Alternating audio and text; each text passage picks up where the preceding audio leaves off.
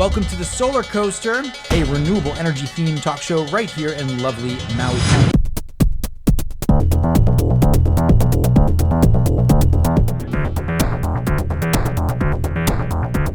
We are here with Brent Aldefer of Community Energy. We've been boondocking, aka mooch docking, on his beautiful 120-acre sustainable model farm over in New Hope, Pennsylvania for the last few days. Great to have you, especially given the Asian cooking that you brought to the farm. It's not every day you get a guy that rolls in and makes okonomiyaki for the family. And puts that together, so you're welcome anytime. Yeah, okay. Thank you for that. Thank you for that. Appreciate it. So Jay and I are on this journey via RV across the country, and you were high on our list to contact. We kind of contacted you just a couple days ago, like before we came, and we wanted to follow up with you. We've done a couple of shows, 2 shows with you about your research project. So right here, we're at the Andlinger Center for, is it clean energy? Energy research. Energy research. And you have been partnering with the Andlinger Center. And we, of course, did 2 radio shows with you, but we want to understand the nature of that partnership and a little bit about your background. So why don't you introduce yourself? Good morning. Yeah, Brent Aldefer. I developed first wind energy and then solar at utility scale with community energy. And while the next generation moves forward with that development effort, I've been spending more of my time, fortunate to spend my time on what's next and what's going to take. Now that we have some economic renewable technologies to bring to the table, what's it going to take to put the whole thing together and meet the climate change challenge in a timely way. So I'm spending my time on that, this research project, and some policy and other new ideas. And I know you got some great partners here at the Andlinger Center, and we'd like to learn a little bit about them and about kind of more specifically what you're focused on. Well, the Andlinger Center is affiliated with Princeton University, so it draws on that talent and engineering expertise and postdocs to look at in depth the kinds of things that we're going to have to figure out to make the electric grid work at net zero carbon. So I would just say it's a pleasure to work with folks here in Princeton University to bring that kind of thinking to topics you and I and we all talk about every day is how do we get there? So the goal of this project in broad strokes is to dive down a little bit deeper and say what does it look like to build, started in the PJM, the Northeast region, the Mid-Atlantic region, what does it look like to build a net zero electric resource grid? And that's the purpose of the study. And so how far along are you with the study? When do you expect the results to be released? This phase will probably release this fall.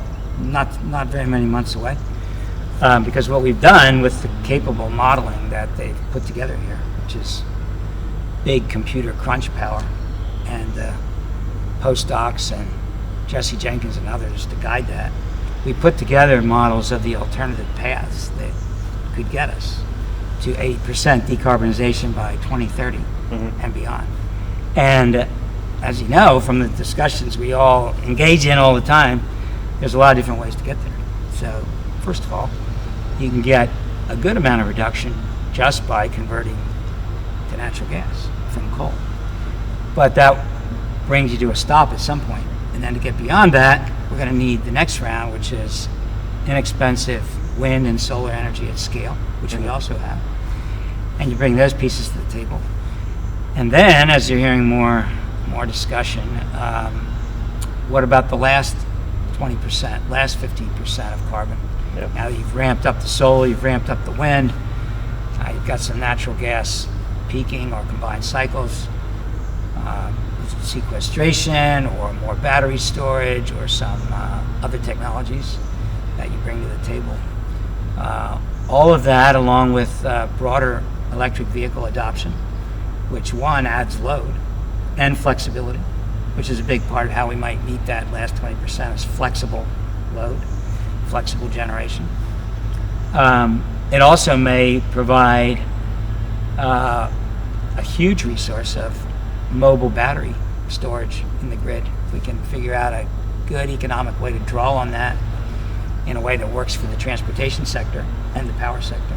So all of those paths we are looking at in various model runs to see how effective they are at carbon reduction, at meeting around-the-clock energy needs, so we don't compromise reliability, and can we do it economically?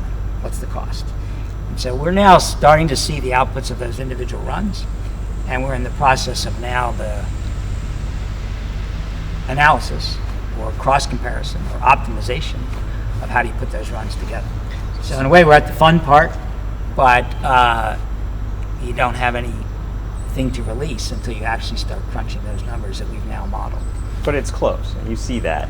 Oh yeah, Light at the end of the tunnel. It's on the horizon. Yeah, we're months away from the first phase. Nice. And then if I could say that phase, as you remember when we talked last, is to outline a blueprint of how you can get to 80% decarbonization or close by 2030 in an economic way, and put that portfolio in real terms, not let's build some solar, let's build some wind. It's how much wind, how much offshore wind, and how do you back it up every hour. That's the first phase.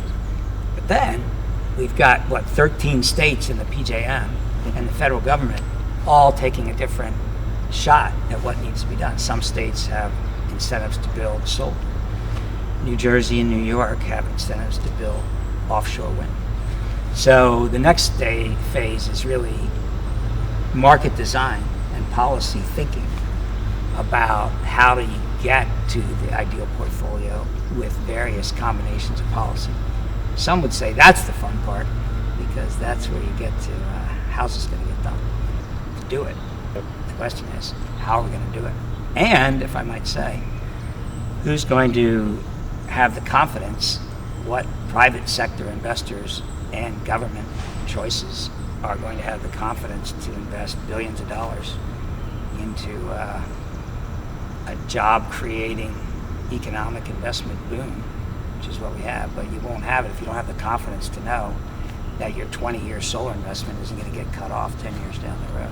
Sure. So that's a large part of the goal of the modeling we're doing, is to begin to create the foundation for policymakers and investors to have the confidence that, I can put $1 billion into that path because Right. it's going to be there, and it works, and it's economic, and consumers want it and can afford to pay for it. Yeah, that's a big part of the model. We've talked about this before, is having that confidence, being able to put the money where it matters, where it's going to do the most good for that. Right. I'm always one that kind of touts don't let the perfect be the enemy of the good. That's a personal failing of mine. All of us. All day of long. us. But and we need to move. We need to move fast. We're seeing climate shifts, climate change on an unprecedented level, and humans are very good at seeing patterns. It's the reason why I can draw a couple lines on a piece of paper and you see a face. We're starting to see the patterns finally as a species. I'm hopeful that it'll kickstart a lot of this. But bringing the research to bear so people really have the confidence to put their money down on the table. Yeah. It's a big piece. Yeah, that is exactly it, Jason. And we're getting there incrementally, and we hope that this study gives one more piece into that decision-making tree, so you can see where we're going, so we can see the patterns we're beginning to recognize unfold Sure. in an economic way. That's both the excitement and, if I might say, the reason to be extraordinarily concerned. Excitement is we know how to get there. Okay, so we covered some great ground here. Just to recap, when are we going to see the results of the study again, Brent?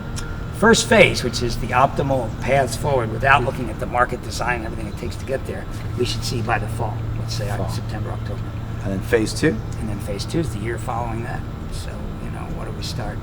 How do we start? And that's much broader. That's probably not one study, but it's a discussion. Because Sure. state by state, the Congress is looking at some options. There's a clean energy standard. Yep. Seem to have moved away from cap and trade. So State by state. That's phase 2 for, call it 2022. state by state. The combination of state by state and federal So action. What's the best and the fastest and the most economic and most beneficial to the majority of people? So we set up our when we register as lobbyists in DC, beginning of 2022. That's what you need now. I think both of you would be good lobbyists in D.C. and we need that. That's where we need the effort, right? All right, so we got to put that on our timetables here. Put that on. It's been a pleasure, Brent. It's always so fun to talk to you. I mean, you've got an Josh. amazing mind. Jason, it's great seeing you. Yeah, and we wish you luck with all the hard work and whatever we can do. Let us know. Reach out. Hope to see you again soon. So we'll see you at NOLA maybe, right? That'd be show? first, yeah. That'd be first. See what else you're finding in other verticals. It'd be great to run one of the discussions, right? Can't wait to see you. That's here. Sit on a panel. Thanks, gentlemen. Thank you very much. Welcome to the East. See you soon.